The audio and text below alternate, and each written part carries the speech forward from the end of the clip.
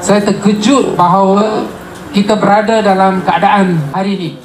Sebab sebenarnya dokumen-dokumen jelas menunjukkan bahawa tanah ini adalah tanah reserve Melayu dan pemindahan ataupun pengambilan tanah yang telah dilakukan, semua ni adalah sebenarnya bercanggah dengan undang-undang. Itu saya rasa adalah jelas daripada apa yang saya lihat. Saya nak jelaskan sedikit mengapa saya kata begitu. Kerana tuan-puan, saudara-saudari perlu confident apakah hak kita sebelum kita boleh berjuang. Yang pertama sekali yang ni, tanah ni adalah di bawah Malay Agricultural Settlement ataupun tanah pertanian Melayu.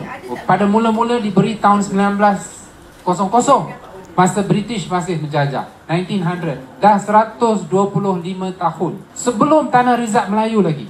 Tanah Rizab Melayu hanya bermula 1913. Tanah ni sebelum tu 1900 dah ada lah. Apa yang berlaku yang kita pun tak faham bagaimana ia terjadi tahun 70-an atau sekitar tu.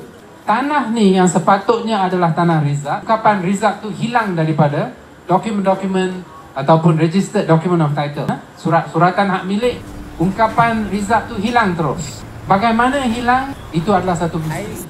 Saya pun tak tahu, saya tak pernah jumpa 30 tahun lebih dalam bidang perundangan sebagai peguam. Saya pun tak pernah jumpa keadaan seperti ini di mana hak milik tanah boleh hilang terus macam tu, iaitu perkataan Rizal tersebut.